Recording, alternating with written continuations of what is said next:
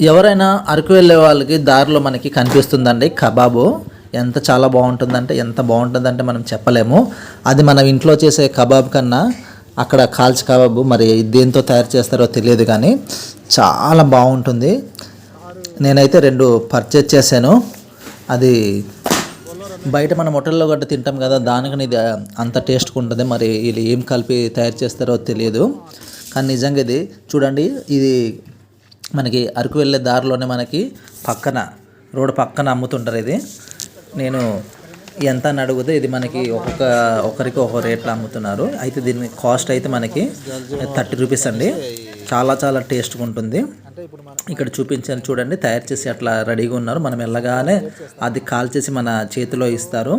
చూడండి, మనం పక్కన ఉంటే చాలా బాగా కాలుస్తారు. అది ఎంతసేపు కాలుస్తారంటే 10-15 నిమిషాలు కాలుస్తారండి. చాలా బాగుంటుంది నిజంగా. అయితే ఇది చాలా